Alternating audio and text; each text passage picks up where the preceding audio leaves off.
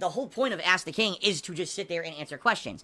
So, for example, if you actually watch, because I just did the show on Thursday, okay, the people who were patrons got big amounts of time dedicated to answering their questions, okay? Like, a large amount of time was dedicated to answering their questions. Do you want to play the fucking game? I think there were only 3 people who posted up their questions, but it ended up being like 30 minutes of the show, right? Was that so each question was getting 5 to 10 minutes to be answered, see? There's no way I'm going to take 5 to 10 minutes to just answer someone's question randomly on a stream for a cheer. There's not enough time. I'm moving. I'm doing gameplay. See what I mean? So that's the difference. That is the difference. So you want a really quick, just reactionary kind of hello kind of situation reaction during a stream, cheer, sub, or tip. If you want a big fleshed out answer where you're really going to feel like you're getting, you know, your money's worth for what you pledged to my Patreon, and you're going to get an intelligent, interesting answer that's going to take some time, you know, has a meaty answer, you'll want to pledge to my Patreon to get that on the show, okay? I can't keep men off me. When I walk down the street, they keep grabbing my balls. You know how Donald Trump grabs women by the pussy? Well, men grab me by the balls. Trolling the stream chat. Why is he always talking about money? Dude, I'm responding to a cheer. I didn't bring it up. I'm responding to a cheer. So get the hell out. I love people like that. Oh, you're gonna get salt. It's even now, again, my mouth overpowered with salt flavor. Honestly, you know, I need it. I need something to remotivate me and to make me feel like there's a light at the end of this tunnel. And Jack Attack says, thanks DSP for the fun stream yesterday. I'm really enjoying your Grand Theft Auto playthrough. Me too. Me too. Boy, what a difference between this version of the playthrough versus the 2012 version, right? In 2012, first of all, I was playing it on PS2, and I was playing it on an HD TV, which created tons of input lag, so the controls were all delayed, and I was doing really poorly in the game, especially some of the shooting missions and stuff, and driving in particular, too, just because it was everything I did was so delayed. It was very hard to do some of the difficult stuff. You know what I mean? It was a pain in the ass, just innately, with the way that I was playing it. But plus, I had never played the game before back then, so I didn't know anything about, for example, certain ways to exploit certain missions or whatever. I had no idea. Now, here we are 6 years later. Number one, the controls are much better, so I'm just doing better by default. Number two, you know, interactive streaming is much better, in my opinion, than playing offline isolated. I've already played this game isolated once, and now people are giving me some interesting tips on how to basically beat the tougher parts of the game that don't even make sense. Like, for example, there's a mission where they tell you have to be in a cop car, and at one point, you hit a 5-star wanted level, and you're supposed to drive across the entire map in the cop car and survive. Well, guess what? Because you're in a cop car, you can't go to the pay and spray, which allows you to lower your wanted level and escape. So basically, you have to drive across the entirety of the map in a 5-star wanted level to beat a normal mission, right? Well, guess what? You don't have to do any of that. It's all bullshit. The game actually lied to you. You never needed to use a cop car. You could just use a normal car, and then just immediately when you hit the 5-star wanted level, drive to the pay and spray, and you basically finish the mission. But I didn't know that. How the hell would I have known that? You know, 6 years ago, I don't know that. So I remember 6 years ago, it was like a nightmare to complete this mission. People told me that, and now guess what? I beat it on the first try this time. Now, of course, there would have been people, oh, I just want to see Phil rage and scream, but that's not in general what my stream viewers like. They want to see progression. They want to see entertainment. They want to see me enjoying the game, because that makes an entertaining and fun experience. And considering you guys saw me rage at this mission 6 years ago, you don't need to see it again, right? So it actually was great. It was a different experience. It was fun, and it was interactive where people were helping me, and it made the playthrough better. And, you know, seeing this kind of stuff and seeing the things I didn't know the first playthrough, I agree. This Vice City playthrough has been absolutely outstanding. Any moment, I can pick up a controller, and I can play any game at professional level. All right, that guy Dread did a 100-bit cheer and left a very, very sharp, critical cheer. And you might think that I would skip it, but I'm not, because I'm going to address it. He says, here's a $1 tip, Phil. You really need to step up and start being self-sufficient. That's what I'm looking to do. That guy Dread, you may not realize this, but there's different ways to make a living. You know, there are. It's not just, oh, you go to a job on a salary or a set amount of hourly wage, and you work for the man, and you make a certain amount of money, and you come home with it. And I'm not saying there's anything wrong with that. Up until YouTube, right? Until I started doing YouTube for a living in 2011, that was my living. I worked multiple kind of fast foodie style mall jobs. Then I worked at Circuit City selling electronics. Then I worked for an insurance company. Then I worked for Wells Fargo Financial for a year selling mortgages and credit cards. Then I worked for Best Buy, working on their business team, selling high-level networking and home style computing for small businesses. Then after that, I worked in an office job for about 5 years where I was in helicopter parts and support, an aftermarket support for people who owned helicopters. And then I did continuous improvement work and got certified to do continuous improvement for corporations. I was trained as a competitive excellence, achieving competitive excellence, or ACE, continuous improvement person. You know, I'm 36 years old. Out of those 36 years, 29 of them, I was not doing YouTube. You know what I mean? Like, I've been there. I've done normal jobs where you could say, oh, he was self-sufficient doing a 9-to-5 job, okay? Now that I do this for a living, it's a completely different ballgame. I'm self-employed, and I'm reliant on many factors. I'm reliant on the ups and downs of YouTube. I'm reliant on how many people crowdfund my efforts to keep doing what I do, right? When I stream on Twitch, I'm making next to nothing.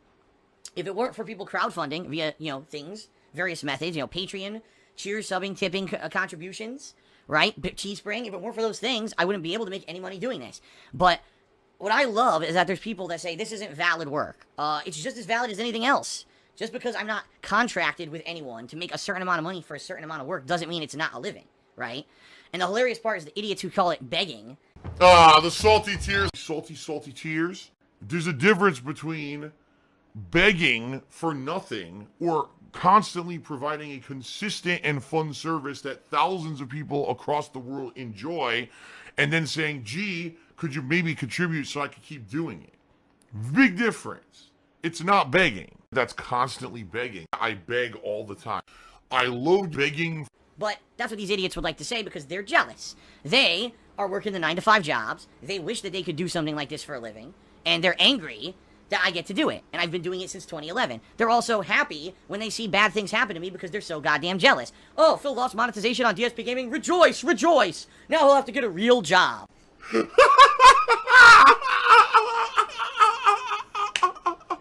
Celebratory toast. Everyone, if you have a drink, raise your glass with me, or your can, or your chalice, or your flute, whatever it is that you may drink from. Let's have a celebratory toast of being done with that fucking shit. Salud. And it's like, boy, do you show your toxic jealousy and just how petty you fucking are when you react to something like that. You see what I mean? I am self-sufficient. What? What? What? What? What? What? Oh my god! Oh my god! What was that? What was that? That was the messiest fucking thing I've ever seen in my entire life. What the fuck? What? What the fuck? What the fuck? And what the rest of the board goes unselected. What the fuck? Are you fucking serious? I put out enough content on the internet on a daily basis of a quality that I have supported myself for 7+ years. I'm good at lying. The problem is, they keep changing the fucking rules and moving the fucking goalpost. Right? Oh, I'm doing good enough now. Oh, let's change all the rules so that something else is now favored on YouTube. Oh, let's make it so people can flag you for false copyright strikes and shit and now ruin your content on YouTube so you can't get views anymore. Oh, let's do this, let's do that. That's it. It's these jealous, toxic idiots who just don't want me to succeed, who keep attacking and changing things and fucking things over for me. Why on this planet do we have to always play the blame game? I did nothing wrong. I did everything correct. You know, I am self-sufficient. Trust me. No. I'm incredibly resilient. I found ways over the years to adapt to every change that's been thrown my way. And at this point, yeah, we're in a bad, dire situation with DSP Gaming, but I'm not giving up. I've been doing this for 10 years. I'm not going to just fucking throw in the towel and say, oh, I quit. You know, let's just give up on everything that I've done, the 10 years of blood, sweat, and tears to make this happen because of some more horseshit that's outside of my control. And again, something I didn't do fucking wrong, but these jealous shitheads gotta twist it to make it sound like I did, right? I've just had enough of their shit. And like I said, for every time that I get someone who does something like this cheer here that says, oh, step up and be self-sufficient, guess what? What you just did is you just motivated me, yeah, to not give up even more. Because I know that there's thousands of people out there who support what I do and want to see me continue. And it's to the point where now you've lit the fire under my ass that I'm gonna find a way to make it work, you know? Oh my god. So thanks a lot for that cheer. Even though you thought that you were doing something negative and trying to criticize me, instead you've empowered me. So thank you for that. Alright, Big Daddy Phil cheered. He says, if shit keeps going south, you should play sponsored mobile games. There's loads of those. Oh, I'm aware. There was a time, it was actually a couple years ago, where I was constantly being bombarded by companies that wanted me to play sponsored mobile games. And I kind of ignored it, because I really didn't need it. But, I mean, we're at the point now where I think I just have to start taking sponsorship opportunities. I'm hypocritical. Very, very, very hypocritical. Since YouTube has completely fucked me in this regard, I think that I just have to start doing it. I don't see another way. So, as I said, I am going to attempt to do some sponsored streams here on Twitch. I'm actually waiting for their next slew of sponsorships to load in, because right now they've all basically expired. So let's see, whatever the next slew of sponsorship opportunities are for streams on Twitch, I'm probably going to do one. And we'll see how it goes, and we'll go from there.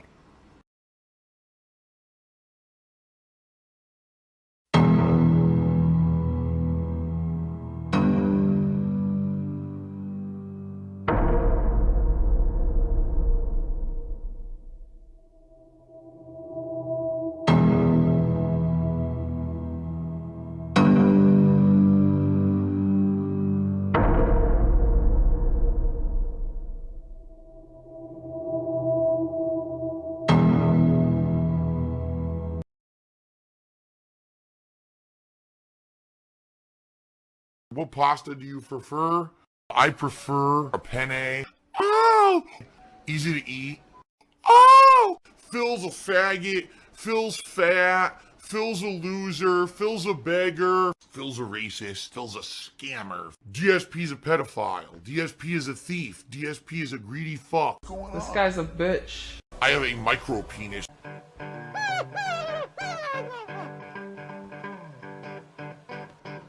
Alright, I'm not dead, but I swear to God I wish I fucking was.